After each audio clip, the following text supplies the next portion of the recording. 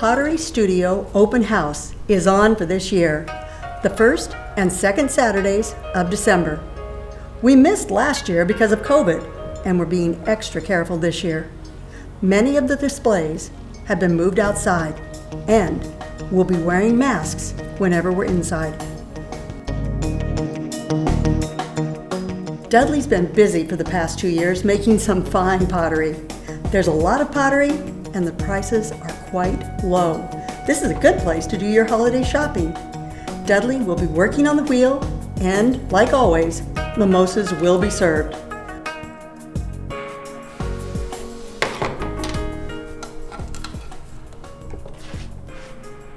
You know, Mr. COVID has not gone away, and we will be wearing masks when we're inside a building.